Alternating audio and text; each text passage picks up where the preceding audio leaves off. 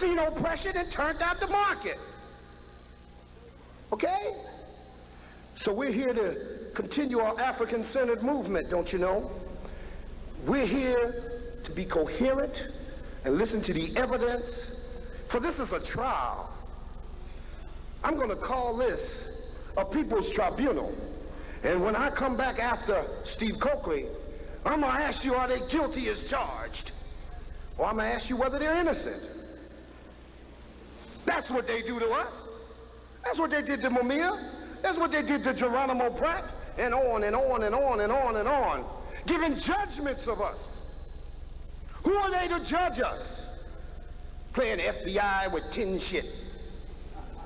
Hey, these are hard times, and it's no time for gentle words. We're going to take a break after Brother Felder, so you're going to get a chance to go back and look for the information from Know Thyself Bookstore. Get over to the Mumia thing to get back to Felder's table, and of course Brother Steve's table. We're going to do all this. This is a coherent process. I just wanted to get it all out of my system.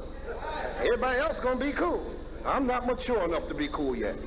Brothers and sisters, biochemist, warrior, Jack Felder. All right, Brother.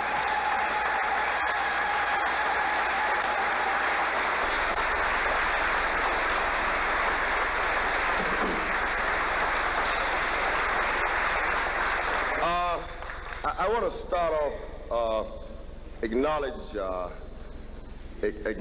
some people who brought me down here. Of course, I think all of you are familiar with Brother Dale Jones.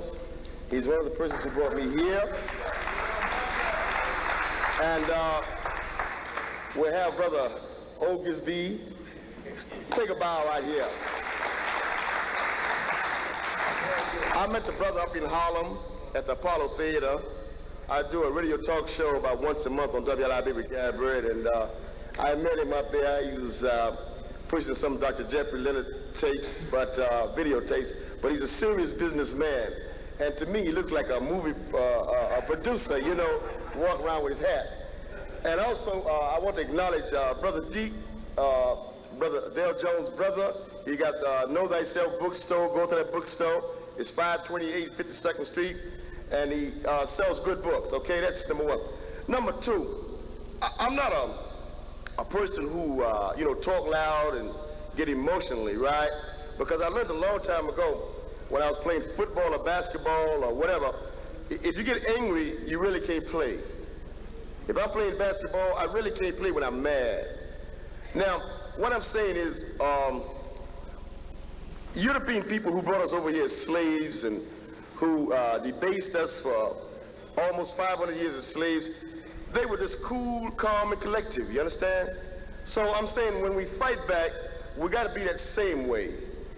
Now, if you get angry, it's going to interfere with your clear thinking. So keep your mind clear, and you do what you got to do to protect yourself, okay? I don't know what Dale Jones did, but I got a lot of calls from the white media here in Philadelphia, NBC radio talk shows. All of them want me to get on their show and talk about what I'm going to talk about. But you know one thing? I did a talk show last Sunday night on one of the white stations at 50,000 watts, and they can be heard in 3 states, and I talked about an hour or so, and people called in, and it was very cordial, right? But with Brother Steve Coakley, I was told that they wouldn't allow me to talk because I'm with Brother Steve Coakley, you know. Now, I know this man is banned from the airways, television and radio, because I remember one time he came to the Apollo Theater, WLIB. They have a listening audience, about 1 million people in New York, New Jersey, and Connecticut. This man was walking to the mic. He had a program, and before he got to the mic, they stopped him and said, well, look, you've been bumped. So he's been saying this, so it's true, okay? Now, I have a book here, AIDS, United States Germ Warfare, is best with documents and proof, by Jack Felder, biochemist, teacher, historian, and freelance writer. I'm also a freelance writer. I write for all the black papers in New York or city, you know? This book is on the back over there on the table, I got my 2 boys selling the book. You can go back there. Also, we got another brother from New York, Curtis Course. He has a book, Save Sex in the Age of Age. And we will sign the book when you buy it. You know what I'm saying? And that brother, he read my book and he got inspired. He wrote me a little note and he said he wanted to do something. I said, go ahead and do it. And he did a good little booklet, okay? And it's selling at a good price. This book is $15. And I will sign it, you get it, okay? Now, let's move on. I said that with documents and proof, in New York City, I'm very well known, but I'm gonna give you a little history about myself, right? I am a biochemist, and when I graduated from the university in the 60s, I was drafted to go to fight in Vietnam, but I was born in South Carolina. I had to go to a segregated college down there called Allen University, and I graduated with a bachelor's degree in biology, chemistry, physics, and mathematics, okay? And I taught school for the first year because the only thing a black person could do in South Carolina in the 60s would be a teacher or preacher. That was it. Anything else was out. You couldn't be administrator or manager or whatever. You either had to be a teacher or a preacher or a laborer, you know, a low type worker, okay? So I said, well, I didn't want to be a preacher because I didn't want to be a hypocrite, okay? So I decided to be a science teacher, and I excelled in science.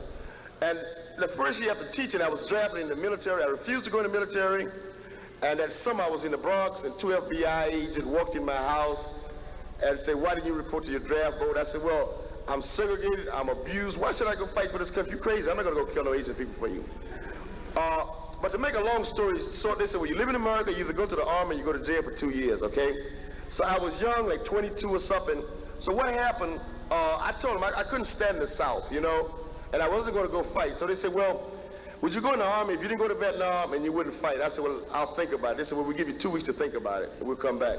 So in 2 weeks, I did go to the military, and they said, well, you're going to have to be in the South for 8 weeks for basic training, then you get out of the South. So I went to Fort Jackson. I took 8 weeks of basic training, and from there, I was shipped out of the South, and I didn't go to Vietnam, and I was shipped to Chicago. I was shipped to a Quartermaster Corps, 1819 West Princeton Road, okay? And since I was a biochemist, I was a soldier scientist, and I was working with foods there, right? But the strangest thing, they were getting food from all over the world. And what they were doing, they were testing different kind of germs, bacteria, and viruses to see how well they could store these food crops.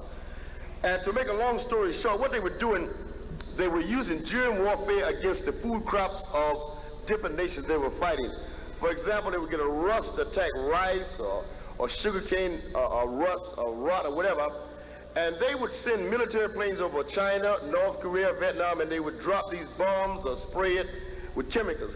Now, most of you people have heard of Agent Orange. How many of you have heard of Agent Orange? Now, next question. How many of you have heard of Agent Blue? Agent Blue. I see 1, 2, 3. Blue was used to destroy the food crops of the Vietnamese people. And where they sprayed it, 40, 50 years from that time, no crops would grow in that area. So it was more deadly than Agent Orange. Agent Orange was for woodland crops, okay? Now, in this book, on about the 3rd page from the front, what I have, I told you I'm going to give you the documents and proof. On the 3rd page, I have Department of Defense appropriation for 1970. This is the first United States government document calling for the creation of the AIDS virus. I have 2 fellas, one of my brothers from New York, take a stand. Some brothers came all the way down from New York to hear this lecture. This brother will be passing them out, and he can pass them on the road, you can pass them over. This is the government document.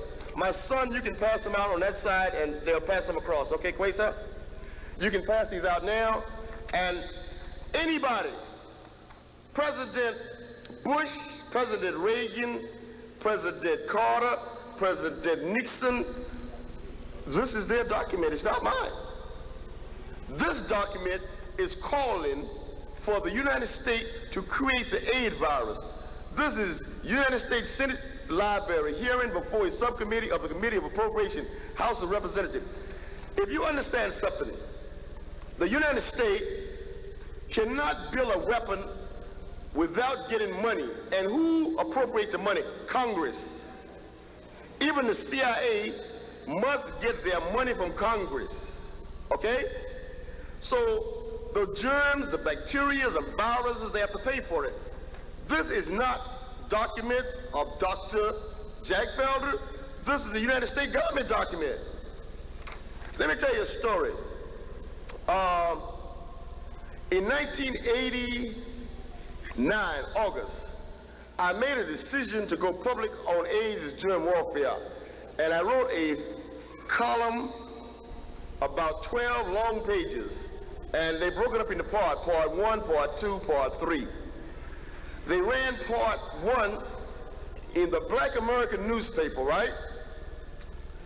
It came out on a Thursday. On a Sunday at 2 o'clock, agent knocked on my door, white agent of the United States government. He wanted to talk to me. What did he say? He said, this is my country. I should be loyal. I shouldn't be against America. I shouldn't write against America. And to make a long story short, what he was saying, if I would stop this writing, they would make it economical rewarding for me. So I said, I tell you what, I'm going to get my shotgun and I'll be back, and if you're here, I'm going to shoot you. Because if you are murdering my race, you're killing my people, how can I enjoy your money? I tell the black policeman up in New York City, I said, look, you're working for the man, right? If the white ruling class of America ever eradicate America of black people, what are they going to do with you? If they eradicate blacks in America, what are they going to do with Colin Powell? Is he still going to be around? You know, if you read your history, they use Indians to kill Indians. To get Geronimo, they used his own warriors to go to Mexico and bring him back. And once they had captured Geronimo, the same Indians who worked for the United States Army, they took the uniforms, shipped them in boxcars down to someplace in Florida and kept them down there. And in the Carolinas, in Georgia, when they defeated the Indians fighting against them, the Cherokees had fought with the white man. They had adopted the white man language, their laws, and everything. But when they decided the bad Indians, the good Indians had to go. They said Indian is an Indian, and the only good Indian is a dead one. Now, that's white America. Second thing, I don't want anybody to get the impression that I'm anti-anybody. I'm not anti-anybody. I'm pro-African people. Any racial group that work against my people, I'm going to do what I can to block it and stop it. But I do research to find out exactly who are these people, and then I deal with it. You understand? If you let hate blind you, then you're going to destroy yourself. See, Hitler got so hateful that he destroyed himself. That's a fact. So you go and get your enemies. Don't be led by blind hate. You get the ones who are responsible for bringing you here as slaves, oppressing you. But do research, study, and learn who your enemies are. Second point, I told you I do write for the newspapers. I'm a freelance journalist, and I'm a science lecturer in New York City and teacher also. But I decided to write for the newspapers because in 1986, Ronald Reagan came to New York City and they had the 100th anniversary of the Statue of Liberty. And I had been in Europe for 5 years, I had been in France, so I knew the history of the Statue of Liberty. So I was so infuriated that I sat down at a typewriter and I typed up a column, and I did some research. I got material from France, from the French mission here, and I put together a column about the original Statue of Liberty. And it came out in every black newspaper July the 3rd, 1986 in New York City. The Black America ran the story. They even asked President Reagan, say, what about the black origin of the statue? He said, I don't know anything about it. Now, how many of you people know what today is? Raise your hand. Young man, what is today? Today is the anniversary of the assassination of Dr. Martin Luther King. April the 4th, 1968 in Memphis, Tennessee. anniversary of the death of Adam Clayton Powell. He died April 4th, 1972. Also, it's the anniversary of the crucifixion of the Jesus Christ, 30 AD, April the 4th, 30 AD, the Christ supposed to have died on the cross. He was crucified. Talk to your ministers if they haven't been too brainwashed. Now, I brought a treat for you before I get into this serious business, okay? What is a treat? Some of you don't get the black newspapers in New York City, okay? So what I did, I Xeroxed the column I did on Dr. King assassination, and when you are leaving, you can get it free. It's on the table back there with the AIDS book, a free copy, okay? Also, I Xeroxed one of the latest columns I did, The Black Origin and Lady Liberty. They're on the table with the AIDS books. You go back there, you get a free copy, because I couldn't bring 100 newspapers down, so I just Xeroxed it and brought it down, okay? Now, let's get into the serious business of AIDS. Who made it and why? There's a book out, The Report Global to the President 2000. How many people have heard of this book? Let me tell you something.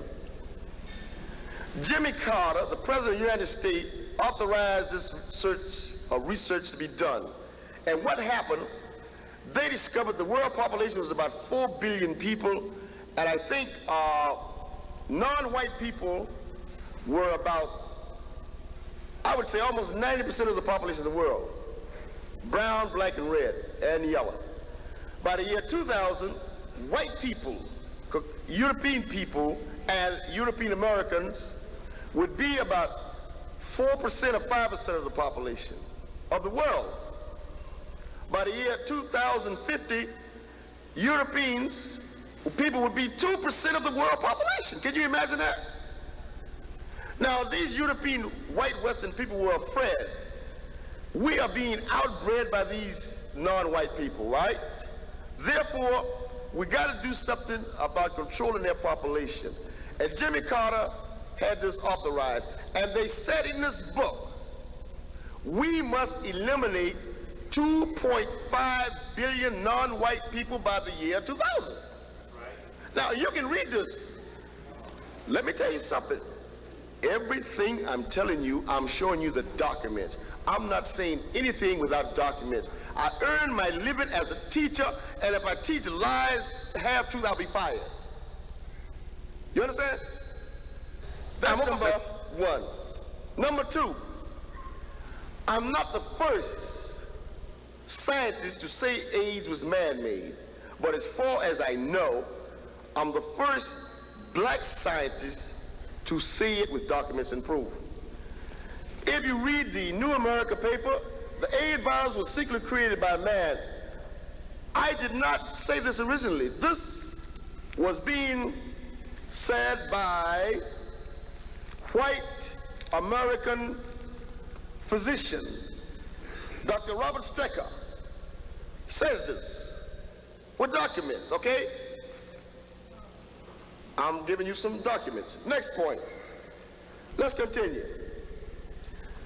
If you read the London Times of England, which is one of the most respected papers in the world, they came out, London Times, May the 11th, 1987, smallpox vaccine trigger AIDS virus in Africa.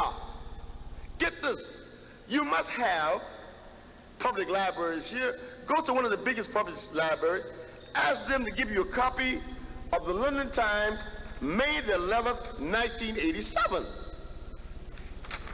I'll give Brother John a copy of this, and he can run off copies, and it can be in his brother's stove. I know Brother Jones will do that.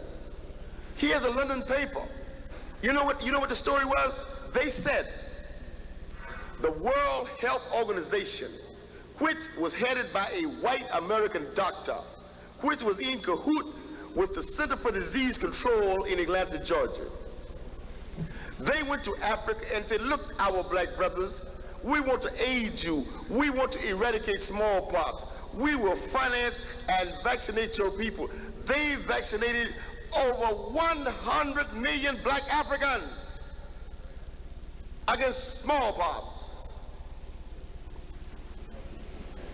Everywhere they injected the smallpox vaccination, those people came up with their AIDS virus. The smallpox vaccination was tinted with the AIDS virus. It was deliberately done. It was mass murder. It made Adolf Hitler look like a Sunday school boy.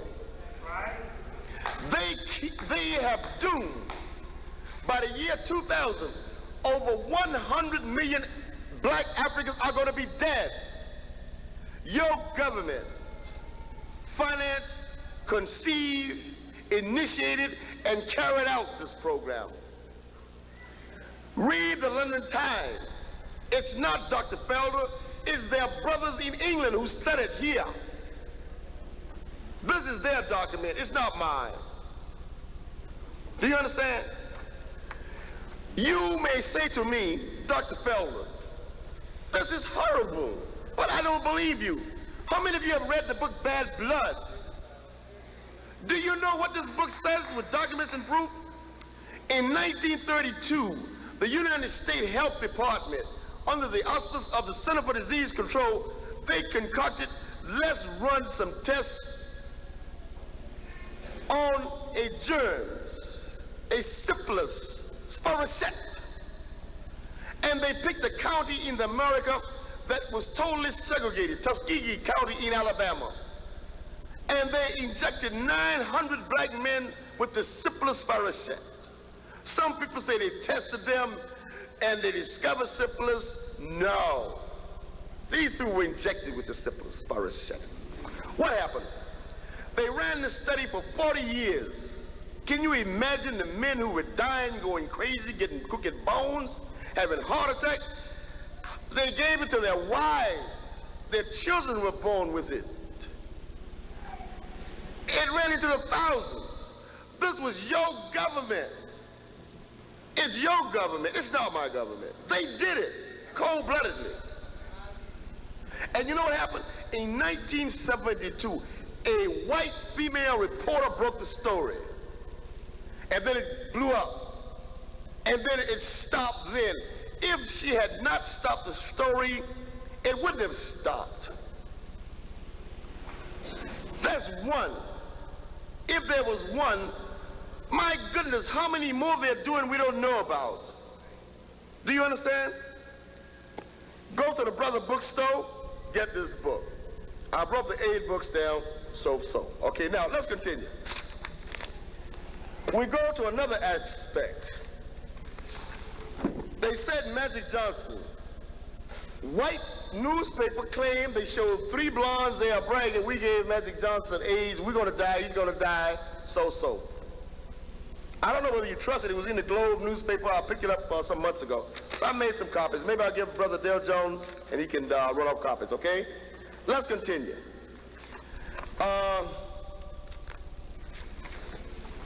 Some people may say, well, I don't know what a biochemist is.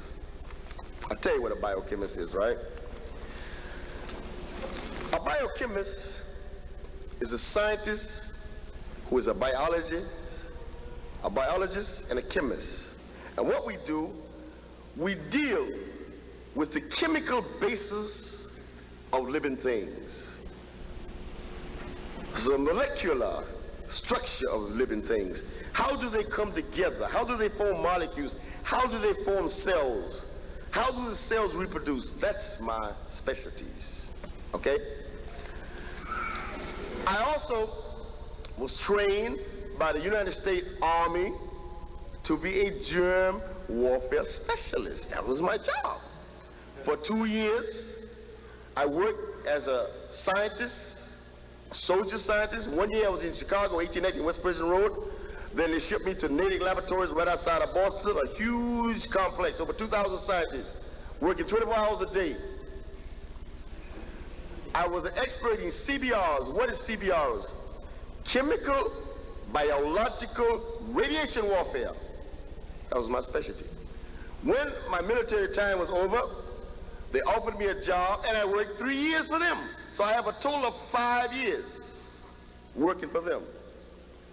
Now, all this talk, the government, Robert Gallo, and this man Coop is putting out, it's disinformation. It's propaganda, it's lies. Let me tell you something. They do this because they know you are not a virologist and you don't understand. Tell you a secret. Most of the doctors who are expert on AIDS are veterinarians. Veterinarians. A regular medical doctor cannot deal with AIDS. He doesn't know anything about it. He cannot treat it. He doesn't know what's happening. Why? Why veterinarians? AIDS virus is a man-made retrovirus. You have two types of virus, DNA, RNA. DNA is deoxyribonucleic acid, okay? So we'll just say it for the layman, it's straightforward, ABC, okay? Whereby retrovirus is a backwards, it's CBA, you know, it's opposite. You understand? Now, what happened? I do not know how long mankind has been on this planet, but as a scientist, I know we evolved over millions of years, okay? And as far as I know, the true man evolved somewhere in East Africa, and then he went all over the world. And some of you may not like it, but he went to Europe, he went to Asia, and due to the climatic conditions, the environment, they changed. You understand what I'm saying? It was snowy, cold, they lived in caves. They slowly lost their melanin because there was no use for it, and they needed all the sunlight, so they became what we call Europeans. Others became Asians, okay? The ones who stayed in Africa, they remained the same. And I'll tell you something. All races of people have their own attributes. People say, why Africans got kinky hair? The reason, you have the hot tropical sun, you have your kinky hair, it insulates your brains from getting burned up by the sun. That's why. Why do you have dark skin? It's the sunshade to keep the sun from burning you out. Why do you have a big rump? These black girls with these big rumps. The same reason the camel have the hump. Africans were hunters. You may eat today and you may eat your rump to sustain you. Why do you have this huge nose? To air condition the hot air before it got into you. That's all. White people lost their melanin because they could utilize the sunlight better and faster. They developed their long noses so they could warm the air before it got to their lungs. Every racial group with their special features, those are special adaptation to their natural environment for at least 100,000 years. It takes about 100,000 years for changes to happen, okay? Now, listen to me very carefully.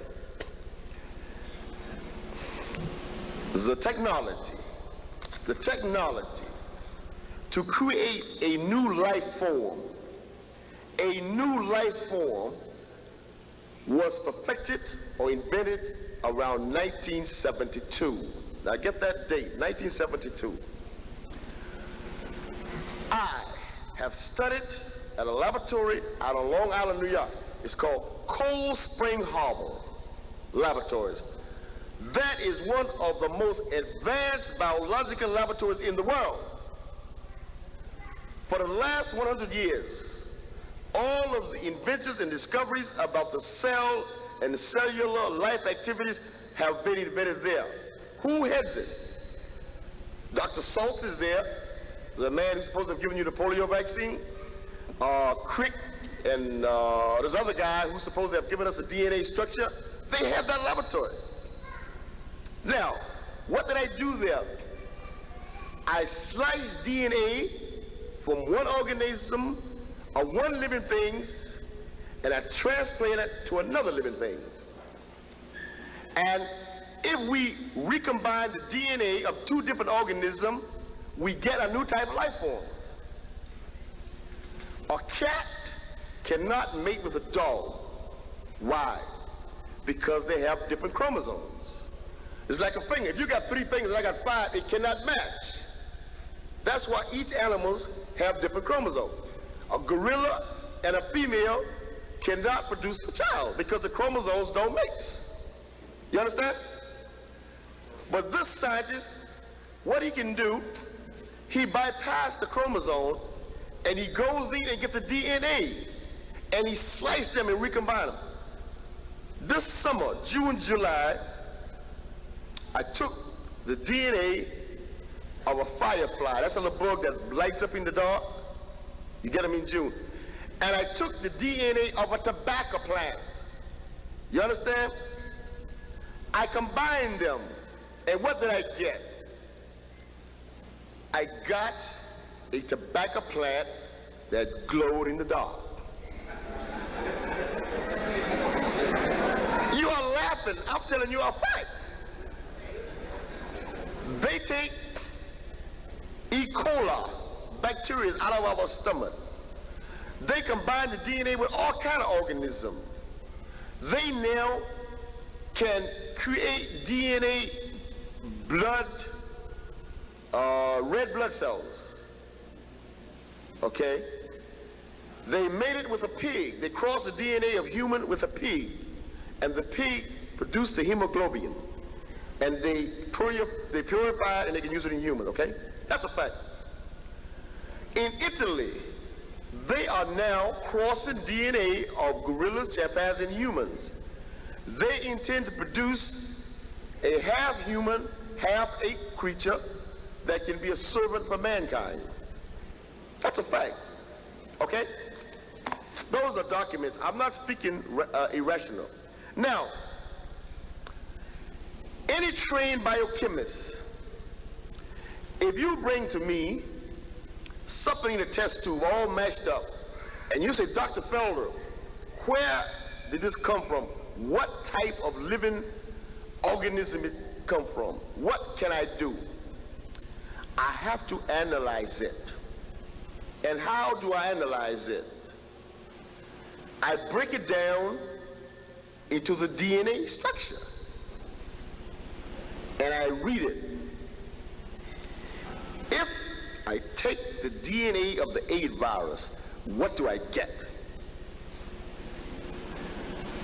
I get a cattle or bovine blood leukemia virus, half of it. And the other half, I get a sheep brain rot virus, like this. Therefore, as a biochemist, I know somebody, somewhere, combined the DNA of a bovine, which is a cattle leukemia blood virus, with a brain rot sheep virus. They created an AIDS virus. Now, so far, viruses do not jump species. A cattle or animal with hoof and or mouth and hoof disease or foot and mouth disease, you can bury those animals, you will not catch it because the virus will not jump species. Let me give you an example. The rhinovirus for cold, it's programmed for one tissue, the lining of our nostril or respiratory tract, because every cell or tissue has a receptor. If that virus doesn't have a key to that receptor, it cannot get in. You understand? Now, how did they get this AIDS virus to adapt itself to attacking the T cells of the human blood system? There was a black woman, her name was Henrietta Lack. She died in 1951 at Johns Hopkins Hospital, okay? I think that's outside of Washington, D.C. This lady had cervical cancer. Some of these surgeons snipped off some of her tissues and put them in a petri dish, and they gave it blood, chicken blood, embryo blood, milk, honey, juice, everything. The lady died, Henrietta Lack. But Henrietta Lack was a black woman. This black woman became the first human being to become immortal since Jesus Christ. Now, why do I say that? Because her cells reproduced and grew and grew and grew. One of the first times they have successfully grown human tissue. Some doctor, and all the evidence point to Dr. Robert Gallo. That's right. Dr. Robert Gallo, who headed the National Cancer Institution on the grounds of Fort Detrick, Maryland. That's right. He did this. He took these viruses and he kept throwing them and trying to grow them into human tissues until eventually some of them adapted themselves to growing in human tissues. Some of them adapted themselves to attacking the T cells of the human blood system. And those they isolated, they grew them and regrew them, and that's the AIDS virus. Documents exist. This man is insidious. He gets up and says he discovered the AIDS virus. He created the AIDS virus. Now, the American Medical Association is trying to discredit Robert Gallo. Why?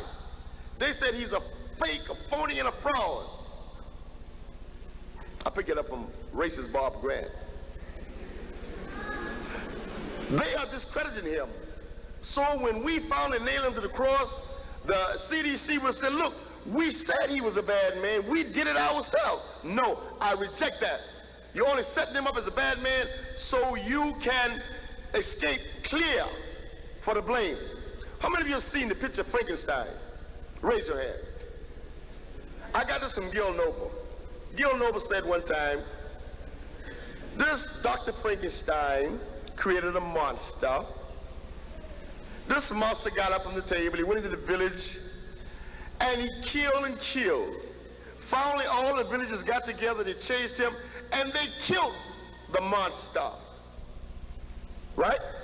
And he was dead. Everybody celebrated and built a bonfire and celebrated. And the picture ended. But as the picture ended, what do you see? You saw on the hill, right? And you saw the spooky house. And who did you see? You saw Dr. Frankenstein. That's the man who created the monster. Nothing happened to him. He's going to create another monster. So if we nail Dr. Robert Gallo, we got to get the people who were behind it. That's a fact.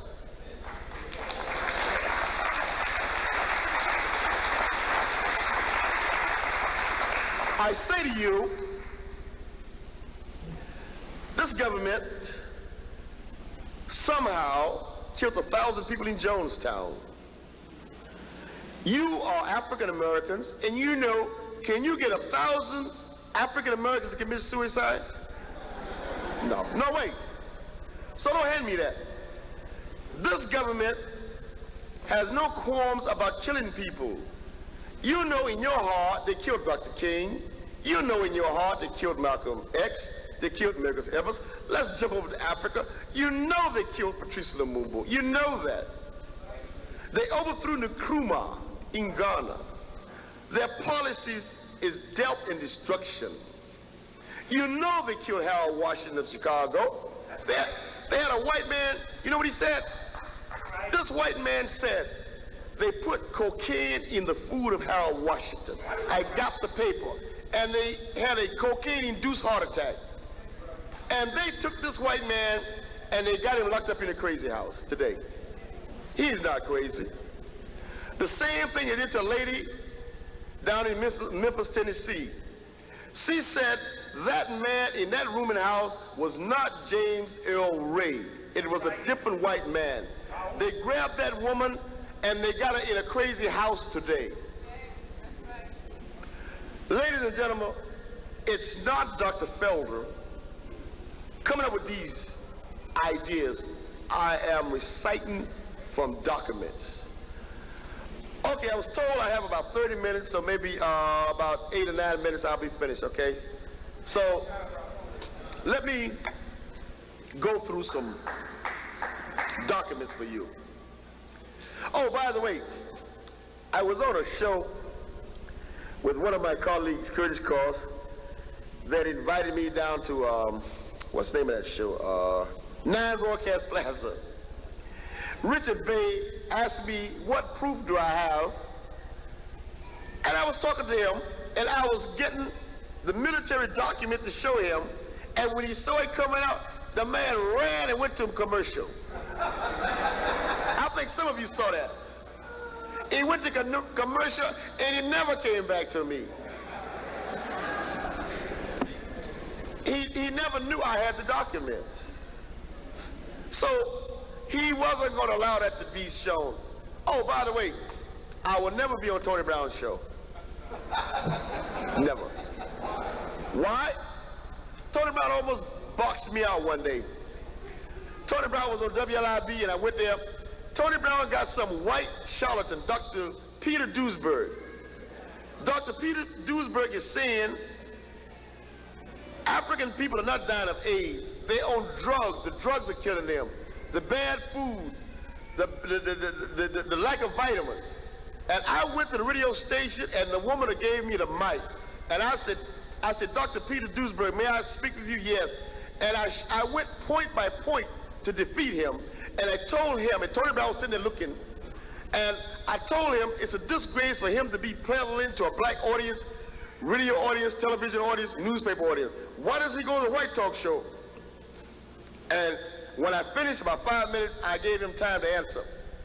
Tony Brown jumped up out of his seat with his boxing dukes and screamed at me and said, how dare I insult his white friend like this and that. And I screamed, we had a screaming match, but I looked at Gary Britt and I said, well, look, I don't want to take this no further because I respect my friend Gary, right? But then he took a seat like a little boy, very strange. He stayed there for 5 minutes. 5 minutes later, Tony Brown jumped up and said, it's true, they are creating germs and new type of this and that. I can't figure the man out. But I know one thing, I will never be on this show. But don't worry, I'll do different other things, okay? Now, let's go through the proof.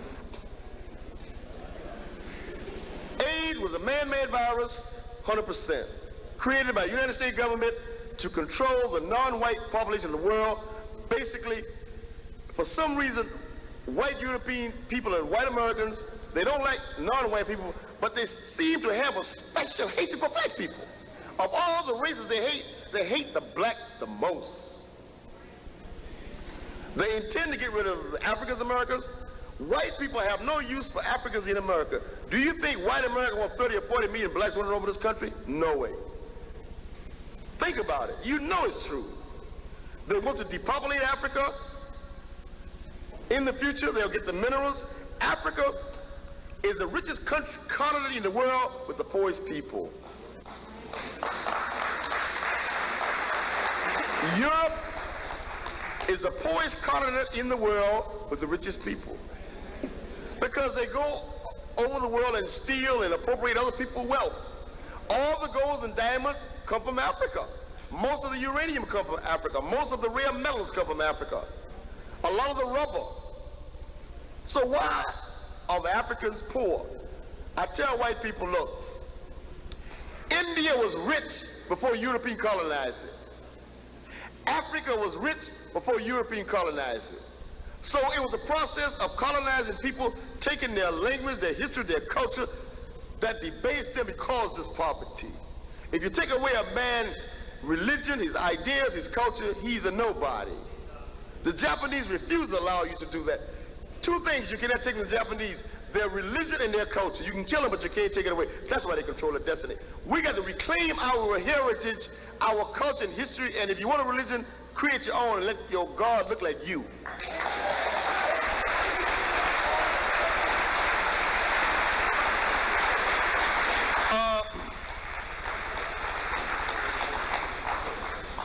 I deliberately refrain from using technical terms because I want to speak in a layman terminology.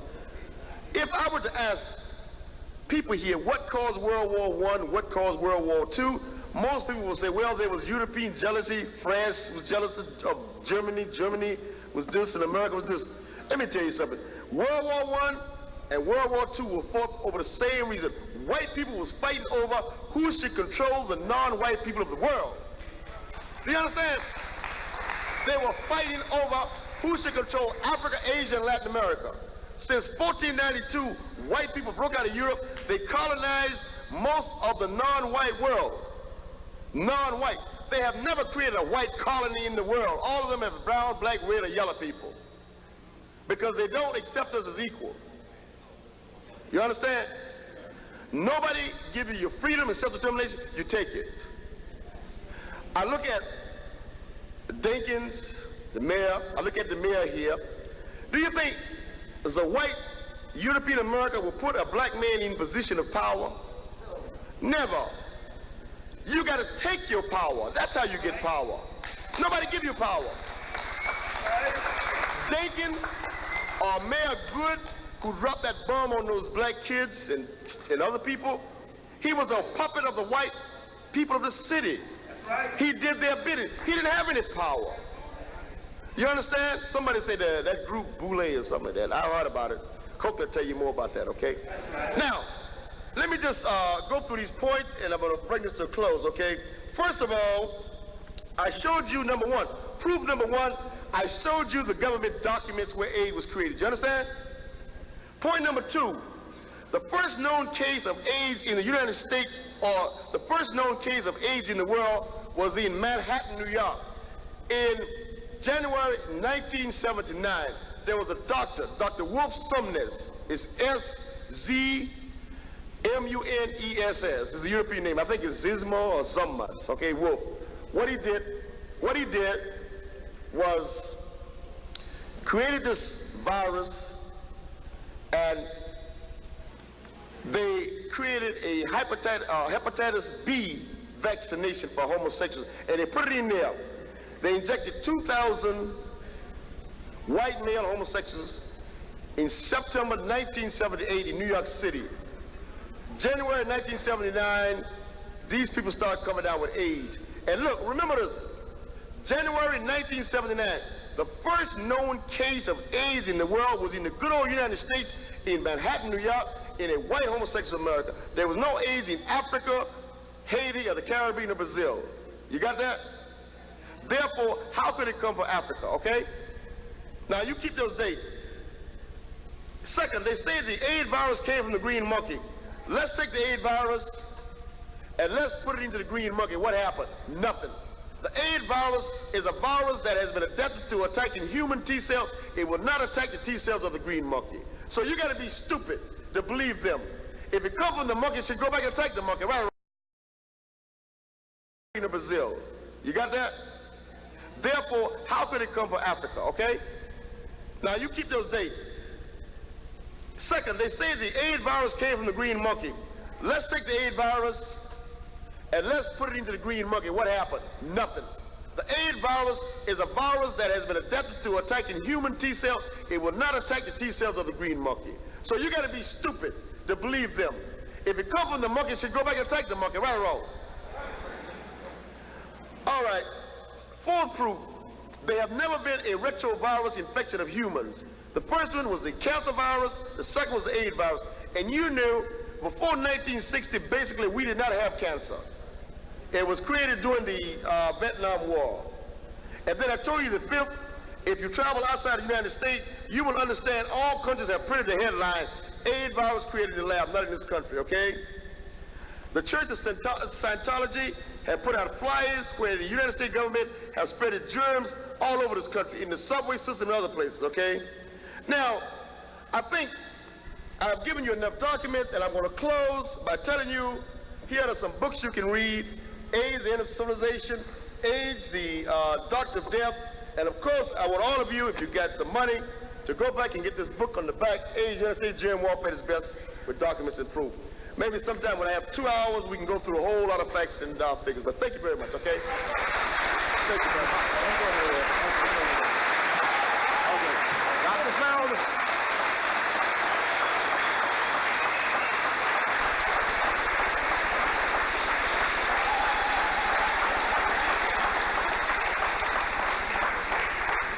I know that the roundhouse is popping tonight. Look, we never want to bring anyone up here without taking a few minutes to get some question and answers. So if anyone have a question, please, and make your questions brief to the point, and he'll get them answered for you. Yes, brother. Yes, sir, brother, man. First off, I'd like to thank you, Dr. for coming down to talk to us. And my question is, last year we spoke at the State Theater in New York. Yes. And you mentioned a spermicide, a chemical by the name of no-noxapanin. Good point.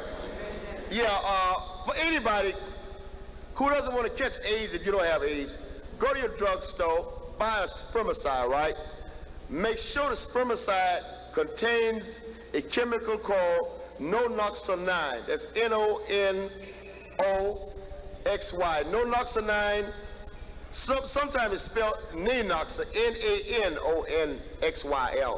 But if you take that spermicide and the men can put it on their penis or whatever, women can put it in their vagina, if your partner got AIDS, it kills the AIDS virus in 60 seconds. This government knows about it. They haven't published it because they want the AIDS virus to run its course and kill as many people as possible. So go and get that spermicide with no-noxonine. It's in the book. Second point, if you have AIDS, if you don't want to die, you contact Dr. Barbara Justice in New York City. She went to Kenya. She has a chemical called Kimron that contains alpha interferon.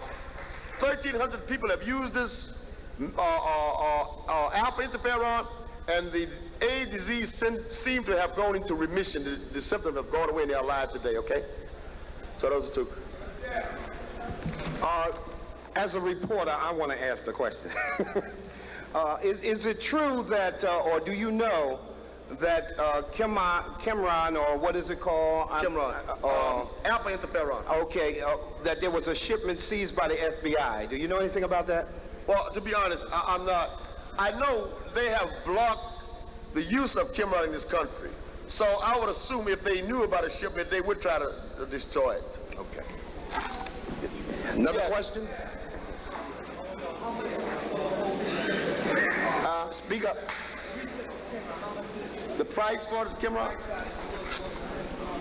The price of Kimron, I cannot tell you, but in the book, I got an address. You can contact Dr. Barbara Justice in New York City, and there's another brother. They're dealing with Kimron, okay?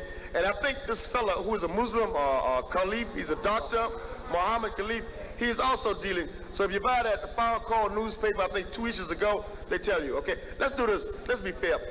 You know, I teach school, and I hate to say this, but always the brightest people always come to the front. So unless the people come late, or no reflection if you came late. But let's take a question in the back. Yes, brother man.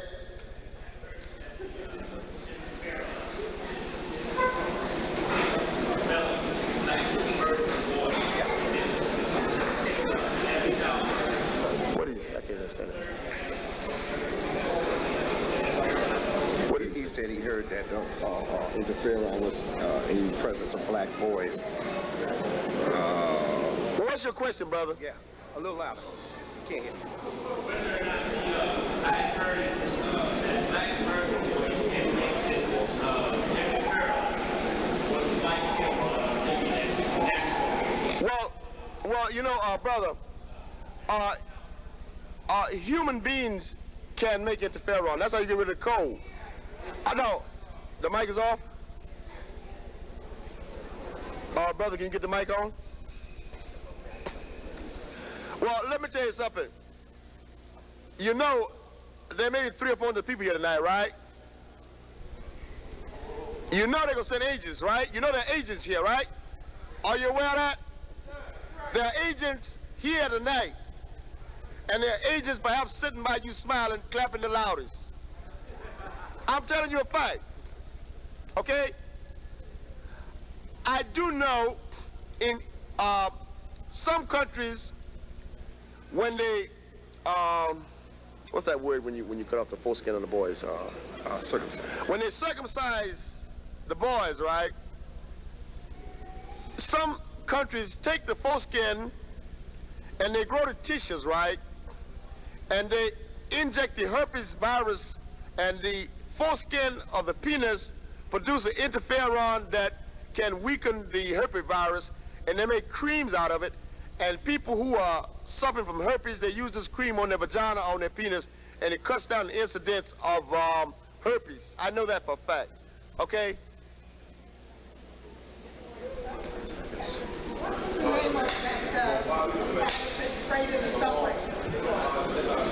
They have sprayed all kind of viruses, you know. I think on, let's see.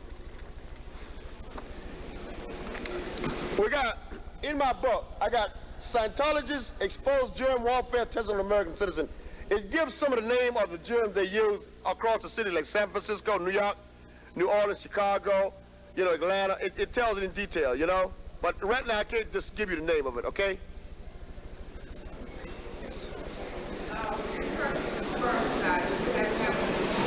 No, dear. You go to the drugstores, ask the druggist for a spermicide, right? But tell them, I want the spermicide that contains no noxonine. The men can go to the drugstores and ask for rubbers or condom, right?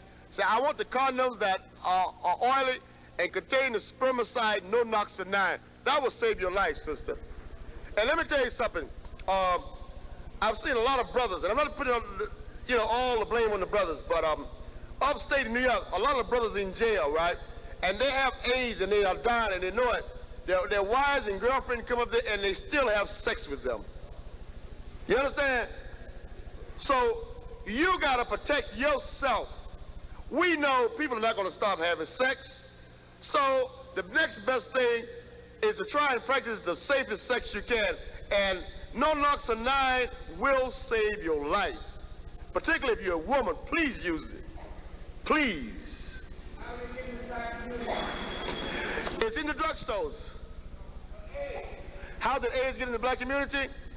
I told you, as far as I know, they vaccinated the Africans, and they got in the Africans, and there was some Haitians in Zaire. They brought it back to Haiti. Now, how it got in the specific black American communities, they got ways. The exact ways I cannot tell you, but I do know they did it, okay? Did I have, Yes.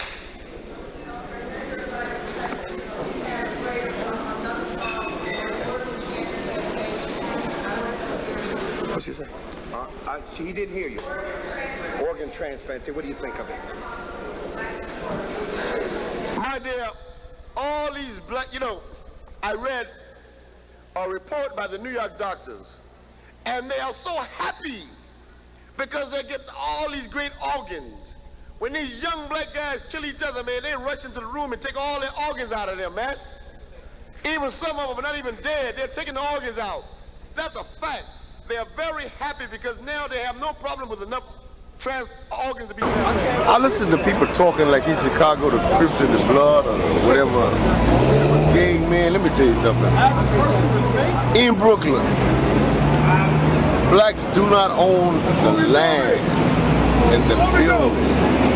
The city can move them anytime they want them. Just like I hear people talk about in Harlem, I don't control the street. You don't control the street. The white man with a gun controls the street because cops say come out here and remove us anytime.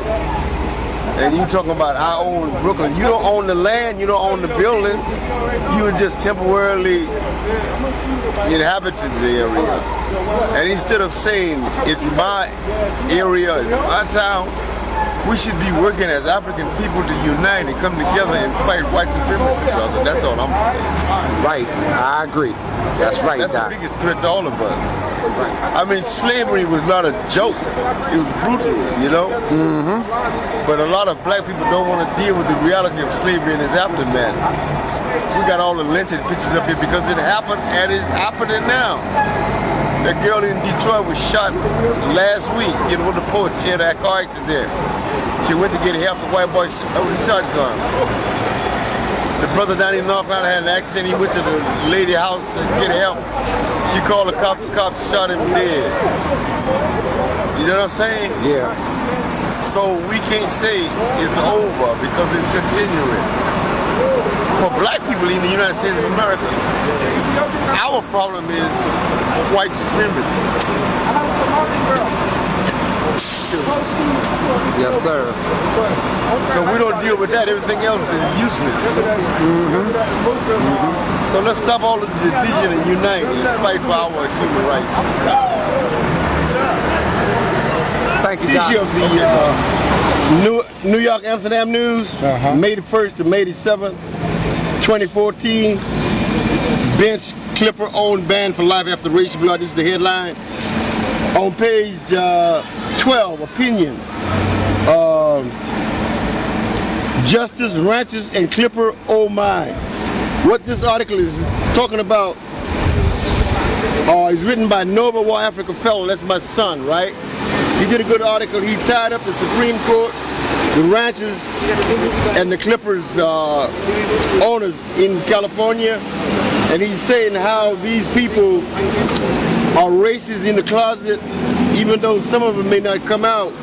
But the Supreme Court ruled some weeks ago about the Michigan case of the college in Michigan cannot use race as a criteria to let students in.